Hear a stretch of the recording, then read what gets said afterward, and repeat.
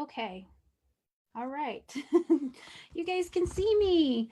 All right. Let me go ahead and try to get a screen up here that will give me your comments. So I'll just go like this for a minute, like a virtual sandwich sign shaker, so people will know we're getting started here and that this is happening. And in the meantime, I'm going to go to the stream here and see if I can see your comments in real time.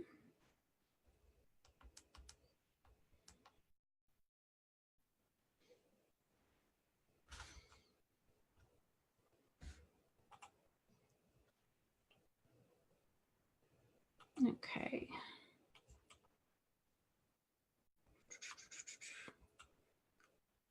It's fun being live and live streaming. Give me a minute, and this will give people a chance to realize that this is happening and join us and be present for when I get into the nitty-gritty of things. So let's see, how do we want to do that? All right, see, a couple of people have joined already, which is awesome. Okay, so I think I will get started in just a moment. We'll give people a little bit more time to hop on, and then we'll get started with the good stuff. Thank you for your patience.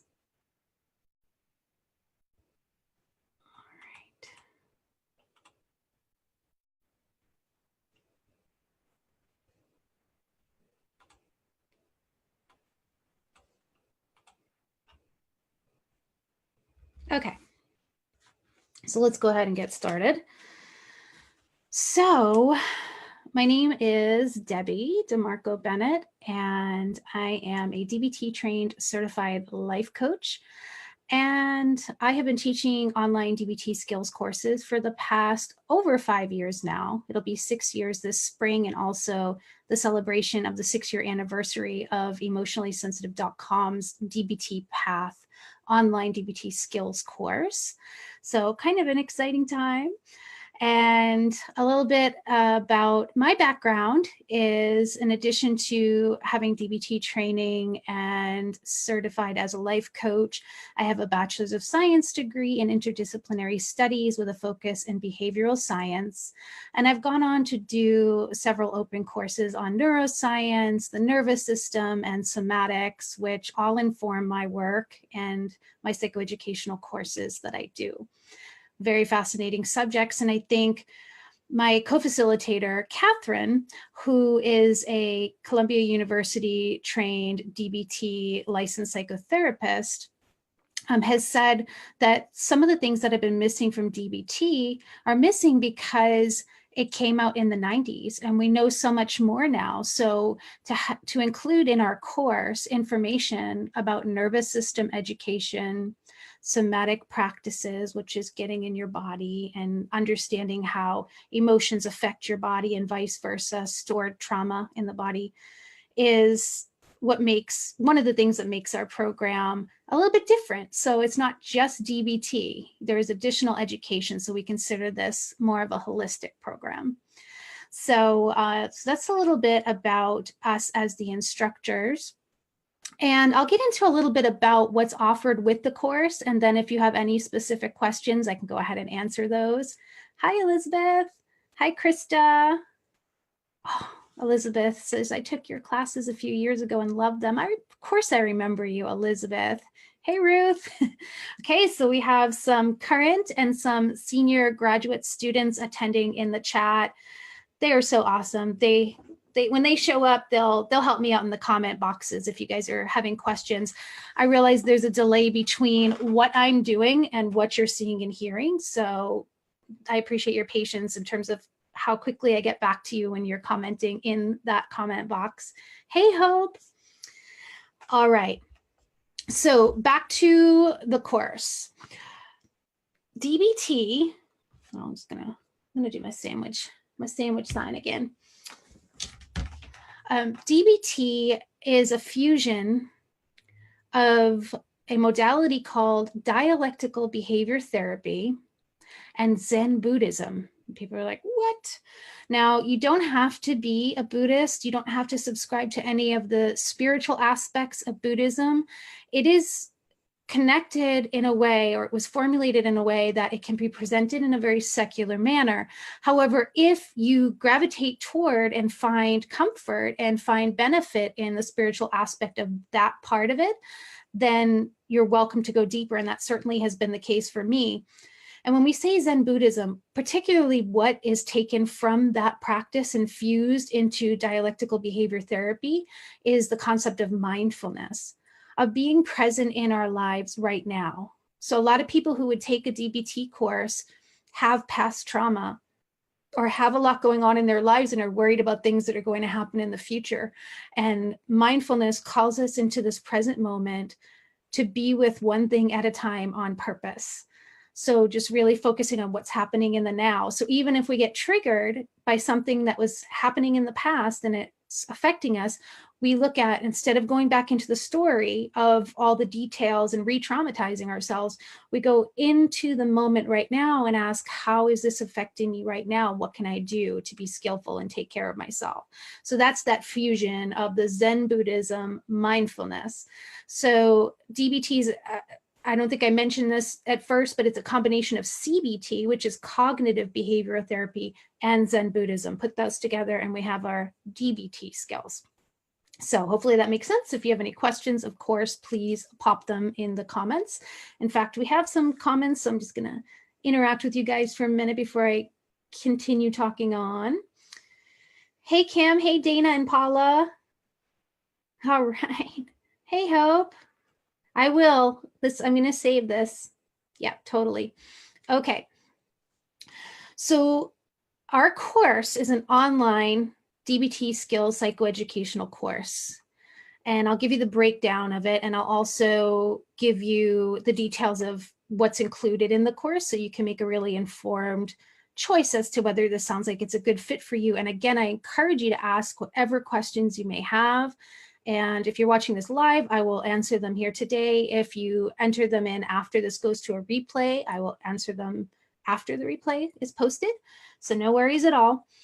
Okay, so our course is 9 months long in total. So it's 3 modules: emotion regulation, interpersonal effectiveness, and distress tolerance. Each of those modules is 3 months long, or 12 weeks each. And mindfulness is taught throughout the course instead of as a standalone module, in part because we have students joining us at different times. So you'll be joining us for emotion regulation, but we have some students who just started with us in the previous module of distress tolerance, which will come around for you again. So you do emotion regulation this time, and then interpersonal effectiveness, and then distress tolerance. But because people are coming in at different points and the classes are recurring, we don't want you to miss out on mindfulness or have to wait 9 months for mindfulness. So the mindfulness skills are infused into each module. We learn various mindfulness skills in the beginning of distress tolerance, emotion regulation, and interpersonal effectiveness, and throughout. It is the foundation and the basis for this work. So it's super important that we have you learning and practicing mindfulness throughout your studies here. So that is the answer to the question that came in. Someone had said, I saw on your site that you have emotion regulation, interpersonal effectiveness, and distress tolerance, but where's mindfulness? So that's mindfulness it's all about mindfulness. Okay, so this class includes, on a weekly basis, at 3:30 p.m. Pacific to 4 p.m. Pacific, what we call pre-class chat. So it is a chat box that you can go into and engage with other students from around the world, simply typing. You don't have to turn on your cam. You can type your questions, type your communication with each other. It really is a sense of connection that people feel, is what they tell us, being a part of this. And I certainly feel it as an instructor, and my co-facilitator has expressed similar sentiments, that being in that space with you and having that community and talking about things outside of mental health. So for that half an hour, sure, you can bring up information about the class lecture or questions about class content or skills practice. But what we see more often is people talking about how the week has gone. how things are going with their marriage, how things are going with the new job or the interview, and this connection and support system that begins to develop.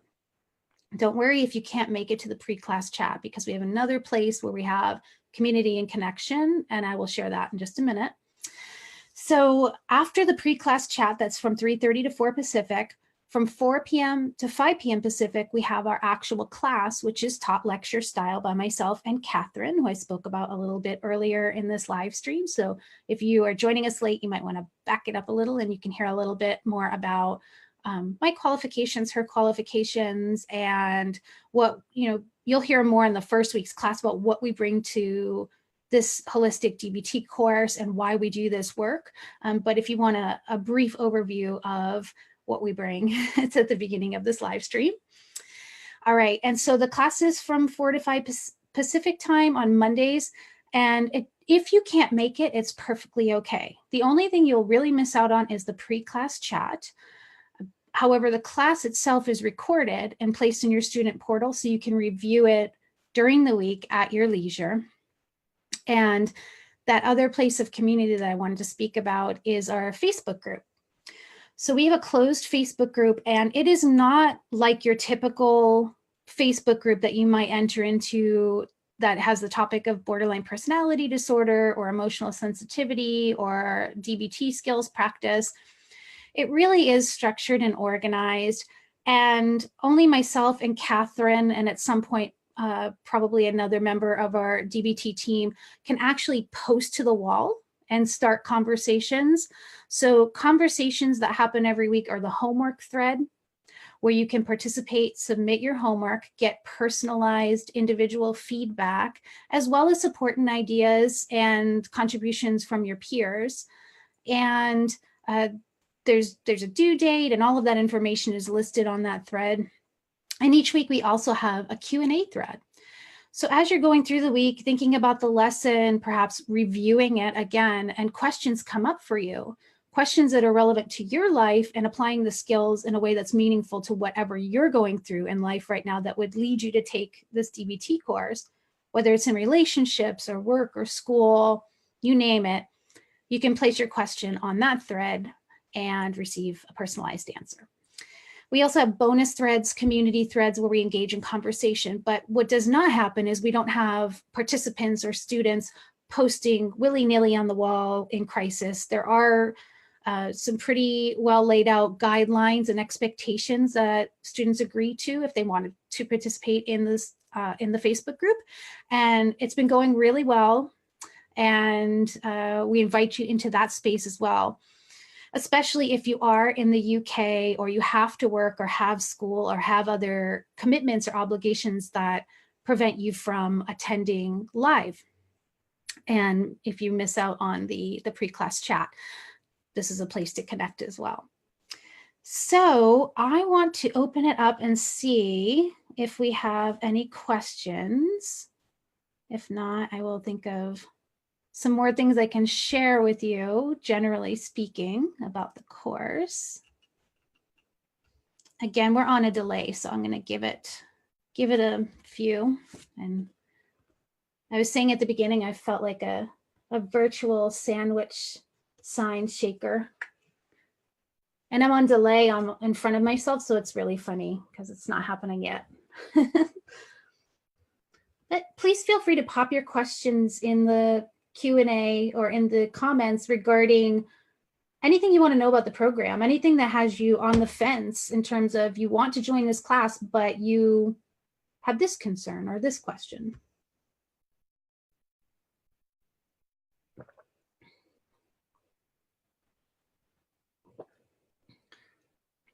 And the questions that I would love to see in the comment box would be questions relevant to this course if you're on the fence about taking it and want to know more. Because we got an interesting, Kim, good point. So for the Facebook group, it is a closed group. It's not, so people, your friends cannot see, unless they're in the group too, they've signed up for the course. The only people in the class are people that are actually enrolled. The only people in the Facebook group are people who are actually enrolled in the course.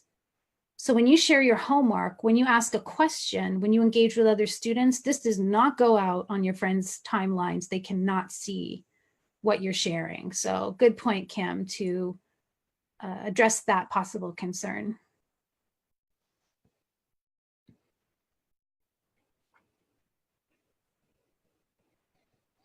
Krista's asking a specific DBT skills question, which I will read and I will offer you some articles, Krista. Krista is asking about the best skills to use to manage splitting because she's done DBT already and hasn't had much improvement in that area. Krista, after this live stream, if you go to healingfrombpd.com and type in splitting, I have a few articles there that I think may be helpful for you. But these are the kind of questions that can certainly be asked and addressed in the course, and especially now that we're going into emotion regulation.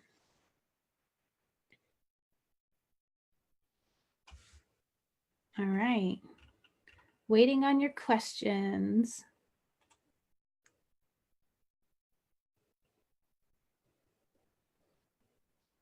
I'm trying to think of, another typical objection or concern is cost. And I get that it's not in everyone's budget right now to afford our course. And comparatively to other DBT programs, we are considered inexpensive. It can be hundreds or thousands of dollars a month for a DBT skills group, depending on where you are. And oftentimes there is a long waiting list, and also the commute and having to go and be in person. And this course offers that additional convenience of being online and not having to deal with all of that. So I wanted to address that. If you absolutely can't afford the course right now, I just mentioned to Krista that I have a website called healingfrombpd.com. You could always sign up there. Occasionally I will send out, or it's been more than occasionally lately, I'll send out articles and videos on borderline personality disorder and DBT skills, and you might find those helpful and encouraging. Let's see.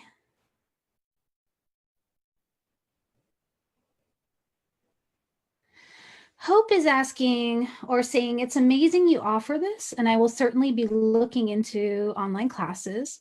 I wondered if you cover two borderlines together within the course. Is that covered in one of the modules?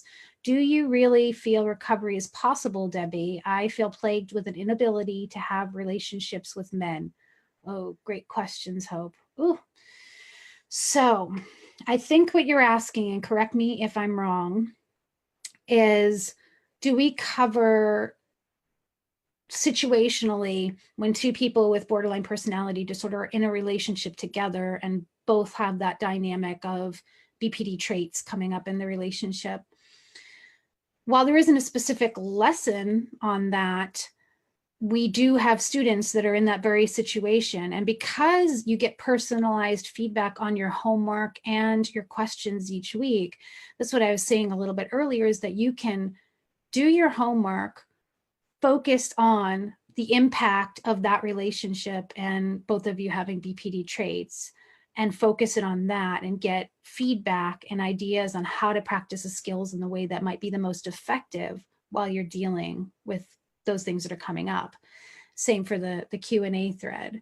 So those questions certainly come up because people are in that situation or are with someone who has BPD traits or is emotionally sensitive or easily emotionally dysregulated or emotionally intense. So they may not specifically have borderline personality disorder, but there may be two people in a relationship who have really intense emotions that get dysregulated easily, probably in part, in a lot of cases, because they both have past trauma. So it's stuff coming up, right?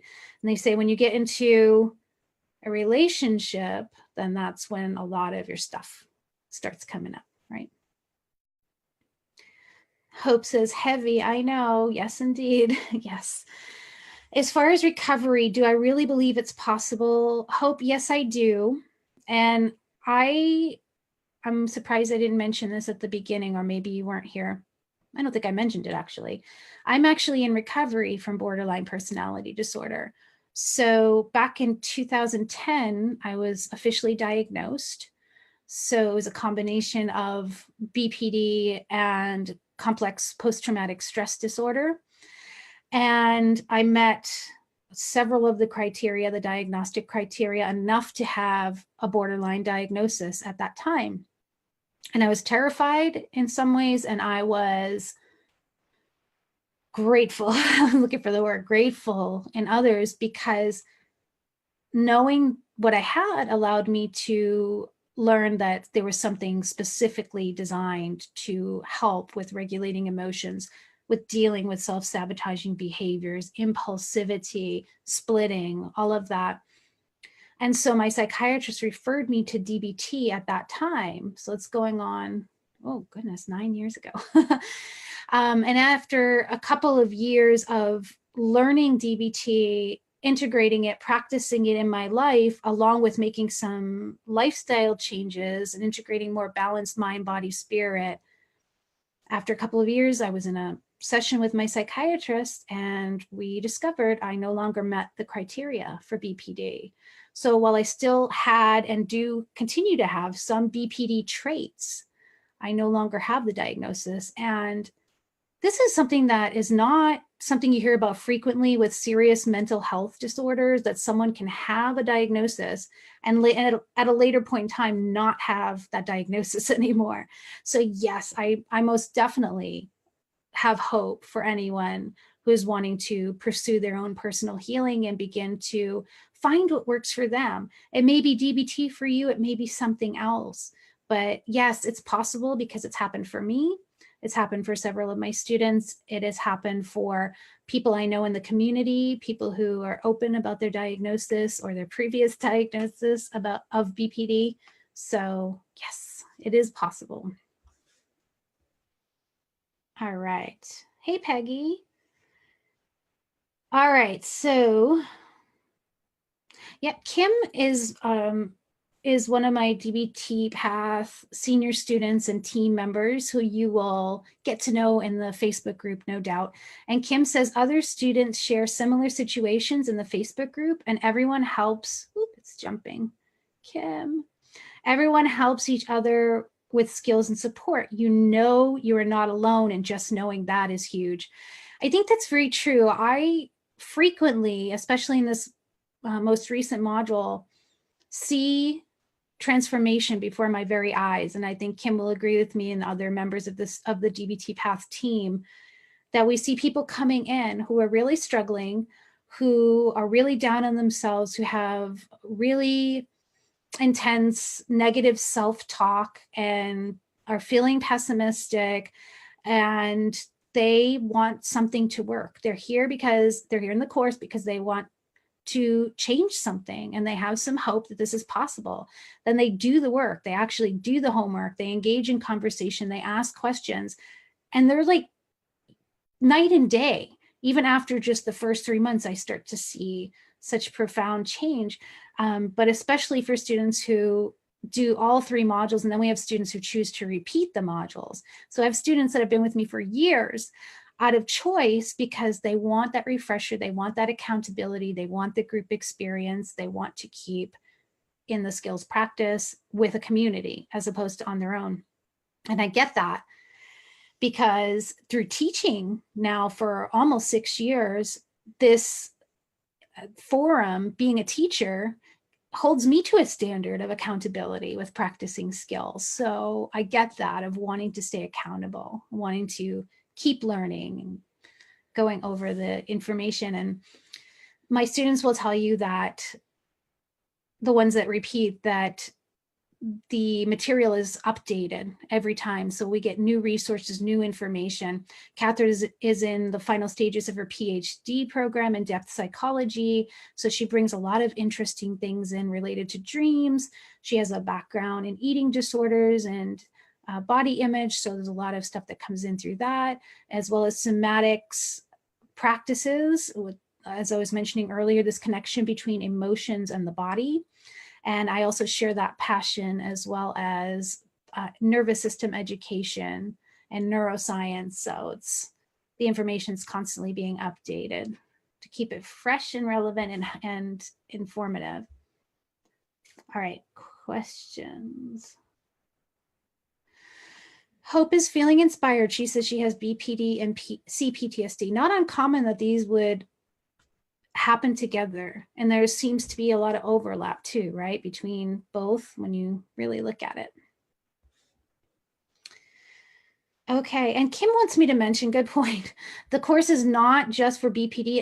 It helps anyone who's emotionally sensitive. So originally, dialectical behavior therapy skills were created for people who have borderline personality disorder, who deal with self-injury and suicidal urges and thoughts.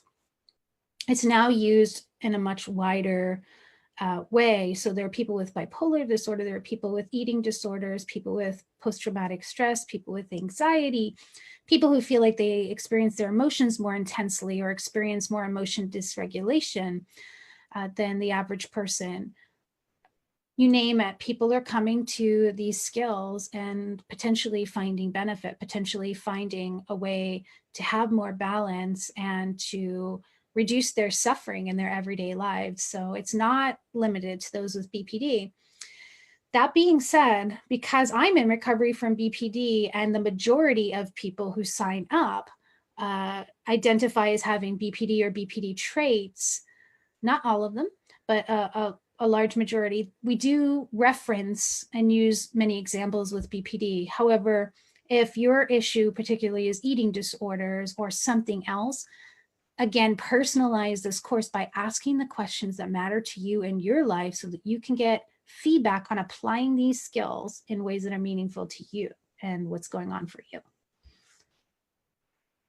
Krista says, are the weekly lessons live or pre-recorded? Catherine and I teach them live each week because we want to keep it fresh. And if something's going on in the world that's not extremely controversial, and that would be extremely triggering, we can bring that in. And we can also bring in examples that people have shared or homework examples from the previous week in class. So we're on the air, so to speak, live each week. And then we do record that and put it in your student portal so you can review it during the week. Let's see. Ruth believes that recovery is possible. She never thought that before. Ruth is one of our senior students who is very awesome. And Peggy says, it happened for me. Anything is possible. Ken's asking, do you need Facebook for the course? Okay, let me answer the Facebook question. Let me take a sip of water first. Hold on. Take a nice deep breath.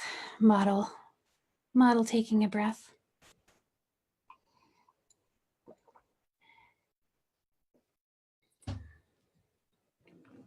All right. So you don't have to have a Facebook account or join the Facebook group to be a part of this course. However, let me start with, I truly get the concern that a lot of people have about privacy. So it's totally up to you if you choose to opt in to that component of the class. But that's where the community really happens. That's where you get to see not only our feedback for you, but also feedback for other students. There is something to what Kim said about realizing you're not alone when you see the other shares. It is powerful. Community is powerful. Sharing is powerful. Connecting is powerful. That being said, with the privacy concerns, if it's a real big super concerned for you and you don't want to do it, you're always welcome to submit your homework via email as well as your questions. And we've had some students come up with creative ways, and if any of my team wants to talk about that in the comments, or anyone who is in the class who has done that wants to talk about it in the comments, of what they've done to feel safer in that regard, then I would love that, just so that Ken and anyone else who might have that question can see a response. All right.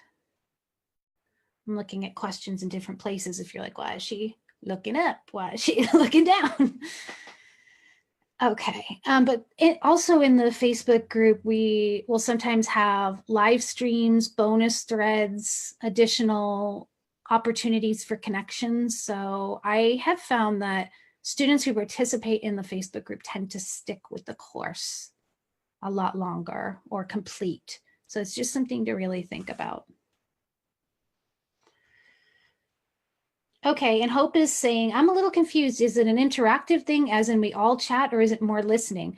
During the actual lesson, Catherine and I are presenting live, and we have a short opportunity for Q&A at the end of the class for general questions about the content that we just covered, but it's not interactive throughout the course. You don't have to turn on your cam, you don't have to speak, you don't have to engage in that way. So you'll be taking in the skills as a psychoeducational skills lesson, and then participating in homework and questions and discussion in the Facebook group, or as I was just mentioning, if that's not going to work for you, you can do that by email.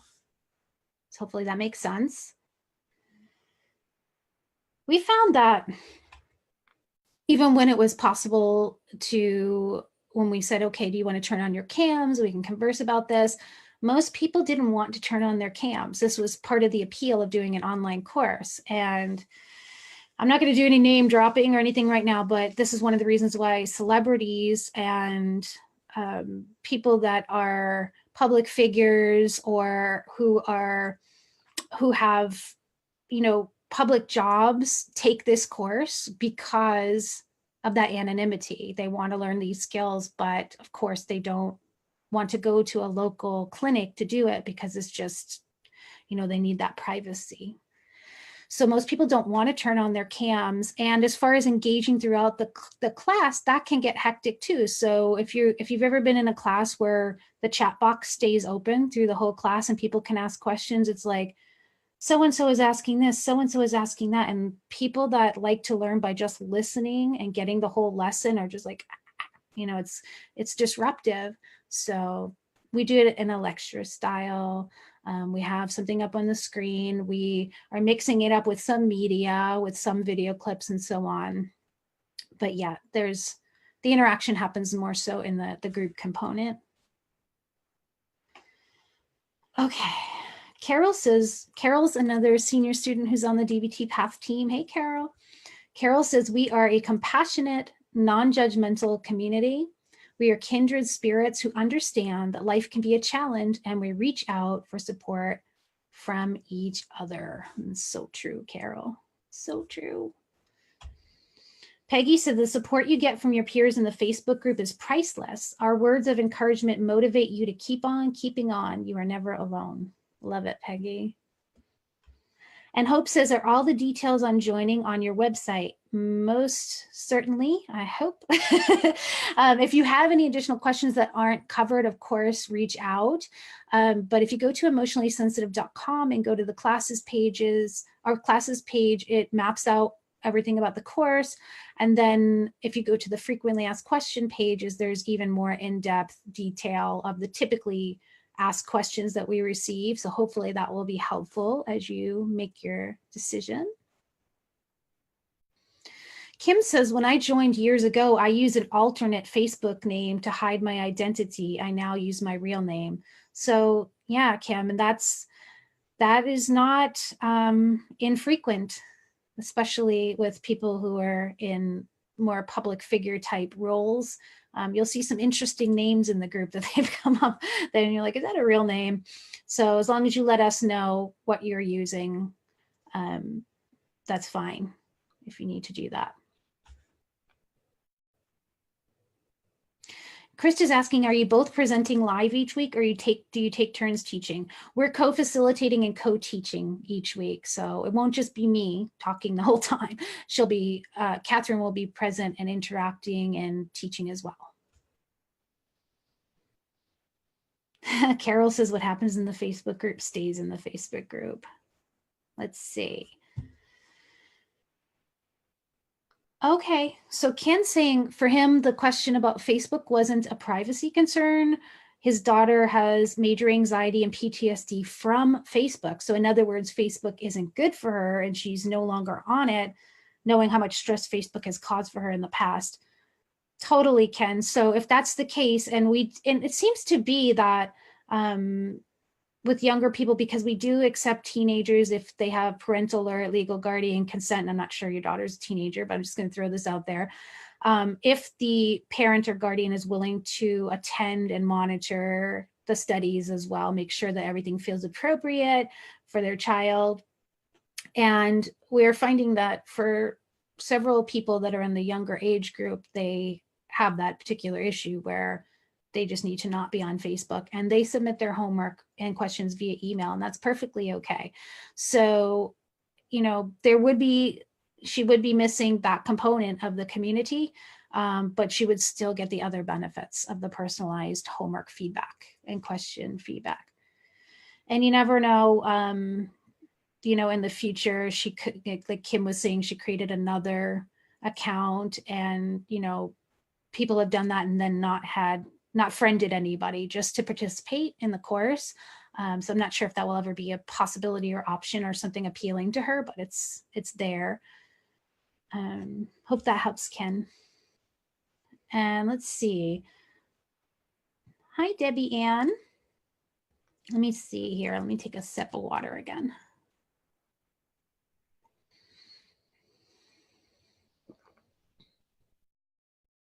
Great questions.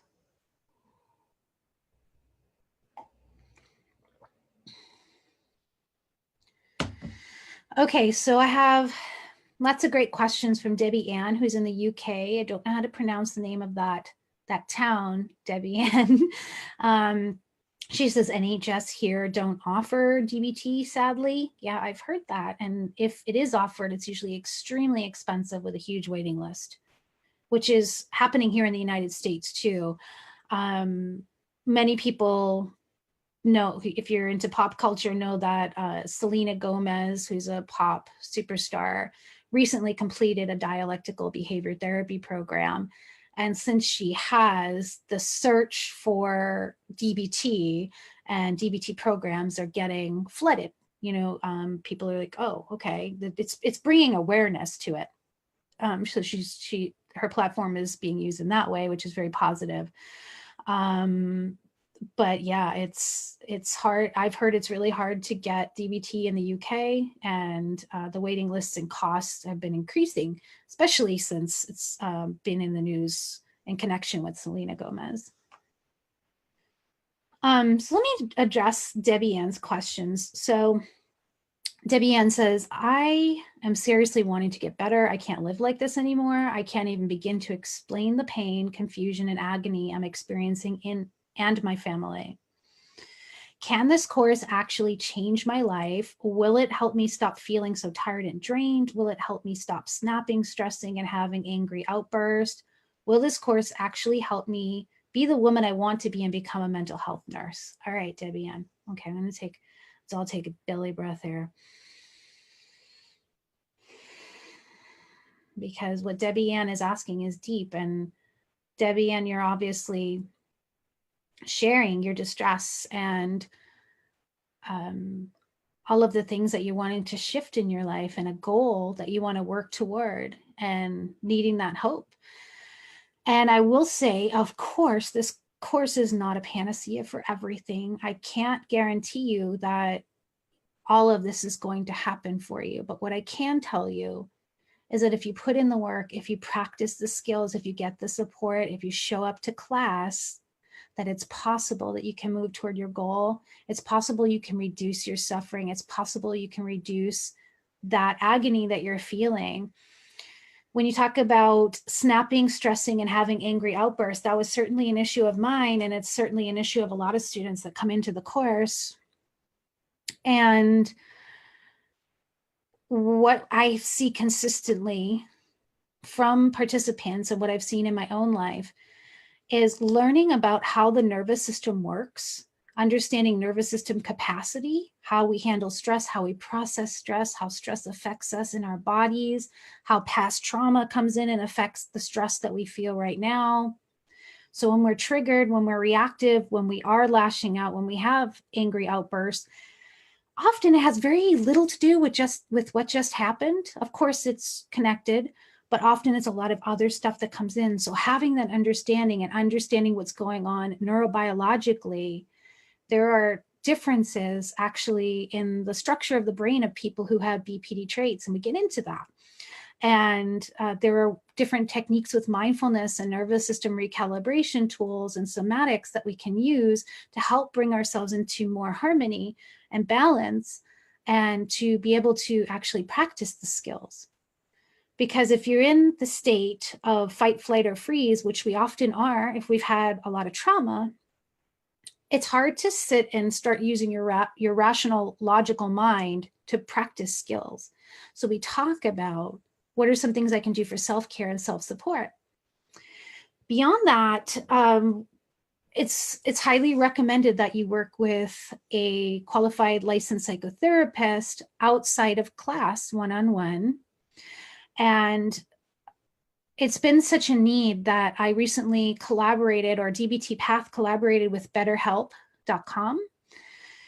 BetterHelp is an online therapy service, and the vetting process for their therapist is pretty intense if you've ever looked on their website, and they have really experienced, qualified therapists on there. And I have a link for anyone who wants it, whether you're a student or just thinking about being a student, that will give you 50% off of your first month of psychotherapy services with them. And I don't get a kickback. There's no commission or kickback to DBT Path or myself.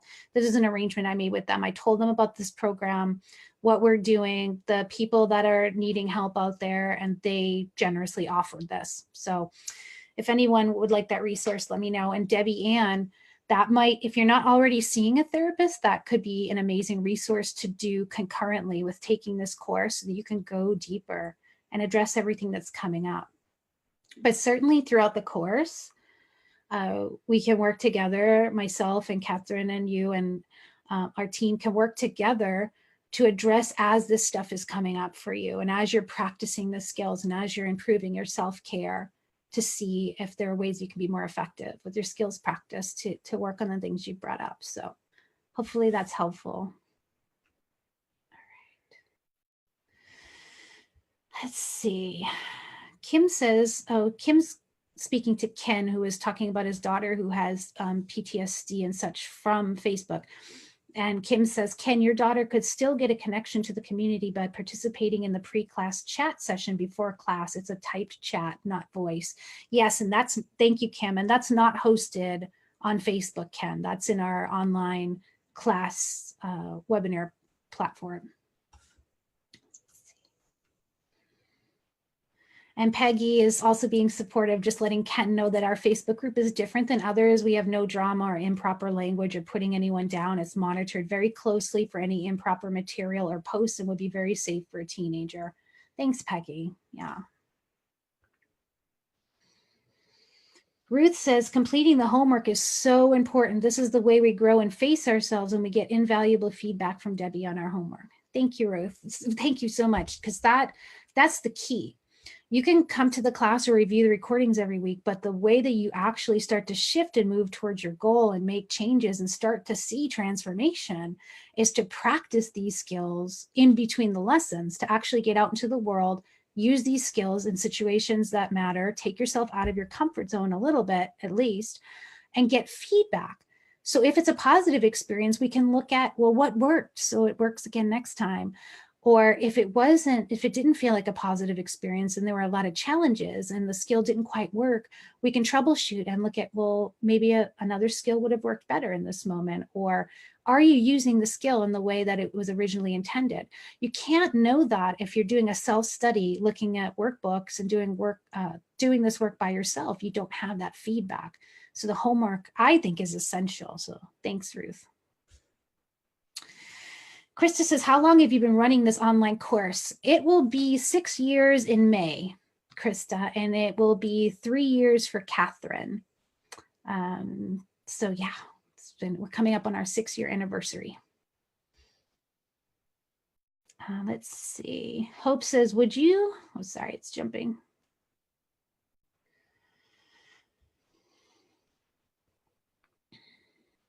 Hope says, would you say doing a DBT course is best to do before any sort of one-on-one therapy? Does it matter what order you do it? I've heard varied opinions.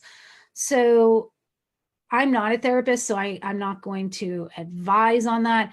What I will say is, in terms of dealing with trauma, if you have a lot of trauma, what I have been told personally and what I have heard is that learning DBT skills can help prepare you to be able to handle that deeper work. If you go into trauma work, if you go into really intense work like that without having the skills to help you regulate your emotions and handle the distress and handle the impulsivity and handle the urges and handle the self-sabotaging urges that come up, it's really hard. So I tried to do a trauma recovery group before DBT, and it was not happening. It was re-traumatizing me. It was really intense, and I was falling apart. Did the same trauma recovery group after DBT. It was very, very different because I had tools to manage when the triggers came up, when those frightening body sensations came up, when those memories came back up.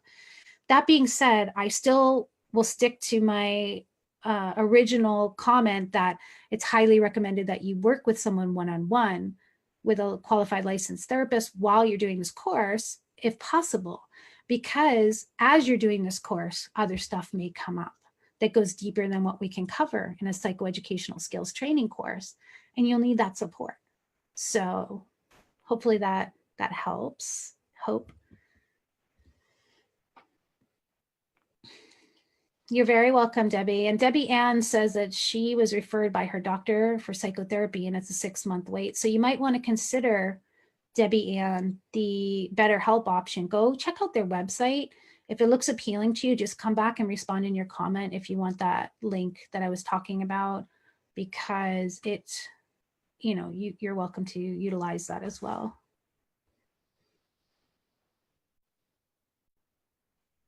Let's see. I'm looking at more comments here.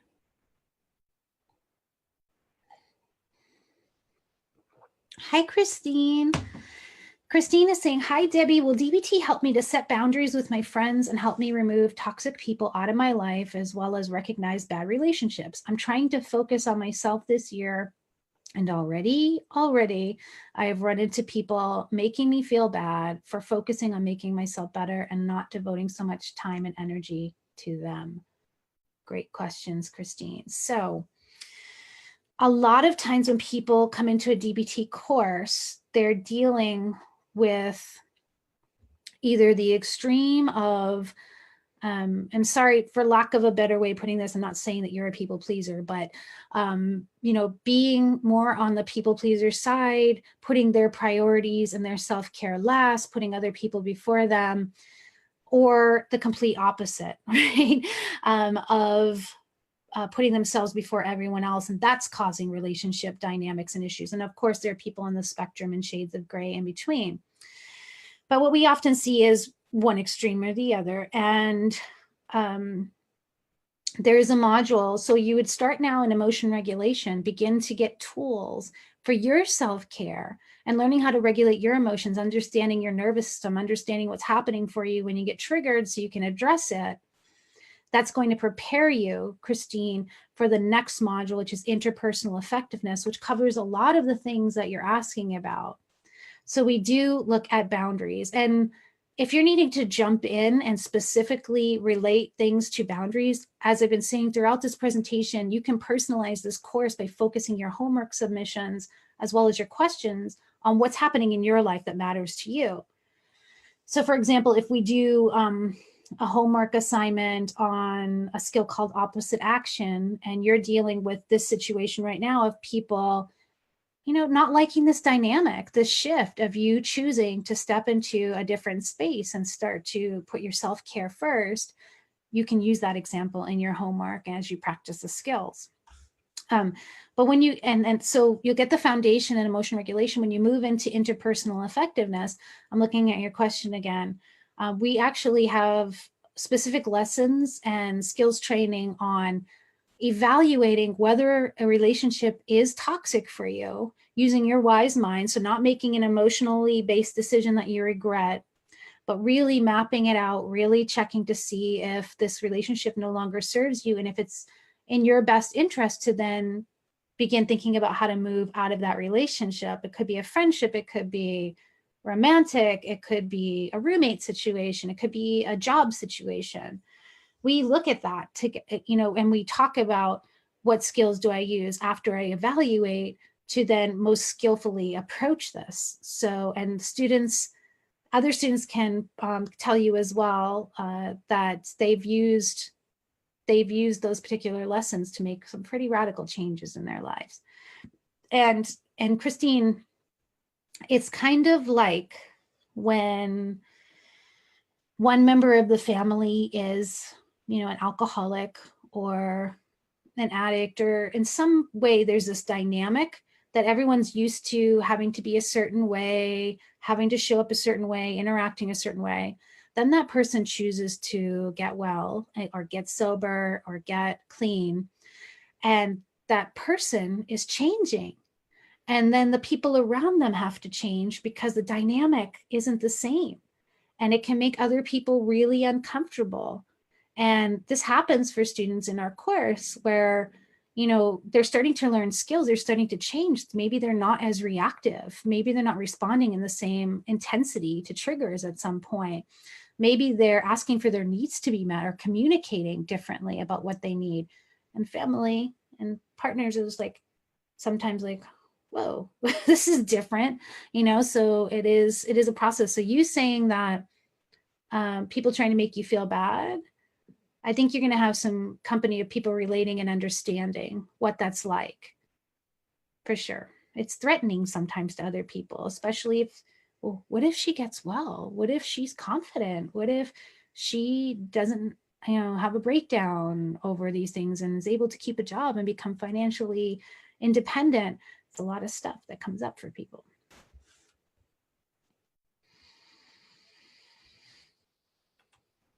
Oh, thank you, Kim. Kim said, I just wanted to clarify, while I am part of the DBT Path team, I'm a volunteer. I'm not paid to promote this course. I willingly give my time to this course because it worked for me. And I want to help as many people as I can create a life worth living for themselves. I have been here for over 5 years, and I've seen many people change their lives for the better. My psychologist at the time, no longer need to see her, referred me to attend for PTSD stemming from a car accident. It was the best thing she ever did for me. Kim, thank you. Thank you so much. Ken says, thank you so much for all your responses. Possible that I can actually speak to you or someone on your team to go into some more detail on my daughter's situation to see if the program can work for her. Ken, reach out, go to emotionallysensitive.com on the contact page and send a message over and we'll connect. Let's see. Ruth reinforcing her feelings on the homework.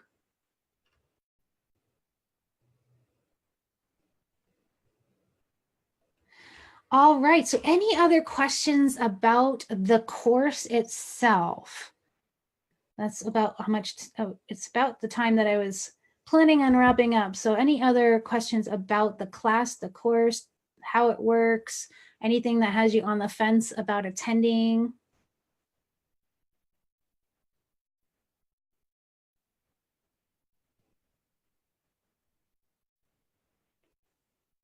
Give you guys another minute or so.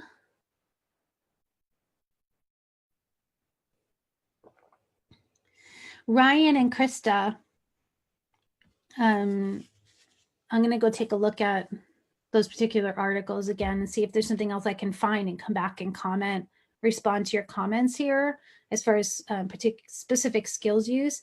It really is a matter of it being very individualized to the situation, but one of the basic skills that can help is the mindfulness of beginning to notice whether you're in that state of mind. So beginning to, and we're talking about splitting, so beginning to notice what your red flags are.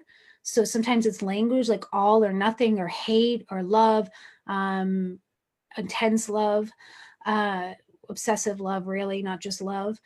So just looking at, am I in an extreme? and then looking for what the opposite of that extreme is, and then finding that middle ground, that middle gray in between, coming from your wise mind. And it's a little bit more than what we can cover here today, but at the very beginning of emotion regulation, we do cover this concept of wise mind and balancing our emotional needs along with our rational needs, so that when we are in a situation when we're triggered, our nervous system is emotionally activated, we've discovered we've been splitting, because there has to be this consciousness to it, right? Either we become conscious of it in the moment, or we become retrospectively conscious of it because someone points it out to us, or we realized that we were splitting. So it's about bringing in the fuller picture and being open to those shades of gray. So we're not in black or white, because splitting is like he is good or he is bad. And it usually is triggered by something that happens that upsets us, or something that someone does that makes us feel really good inside. And yeah, so it's a little bit deeper than what we can get into for this particular webinar, but I'll come back to the comments if I can find anything else to give you guys to support you. I actually saw an article come out on splitting. I saw it on Twitter recently, so if I can find that link, I'll post that for you guys. Awesome. Christine's registered. Yes, yes, yes.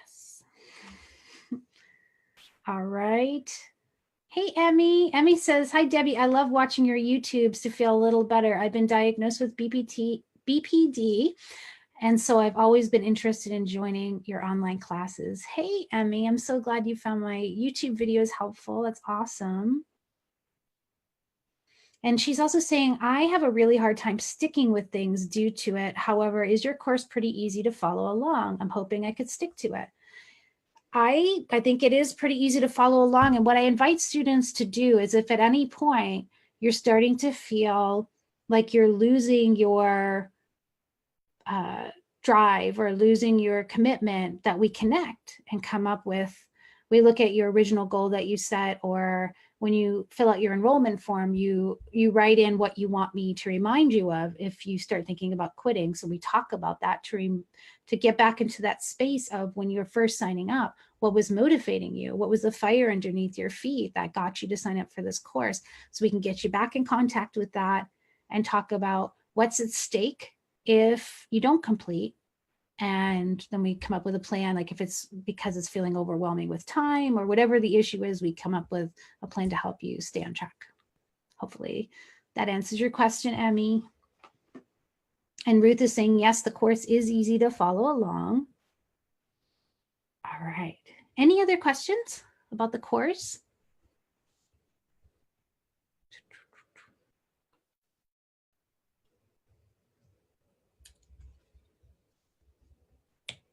All right, everyone, I'm going to wrap up this live stream. Thank you so much for taking time out of your day to join me here. I'm so looking forward to starting the new module of emotion regulation. I'm excited to see those of you that are going to be signing up. And again, if you think of any other questions, just pop them down in the comments and I'll be returning to this recording to answer them. All right, you guys, have a great rest of the day. Kim's commenting to Emmy there, and I'm going to sign off now. Thank you, everyone. Please visit emotionallysensitive.com to sign up for the course, and we'll see you soon. Bye for now.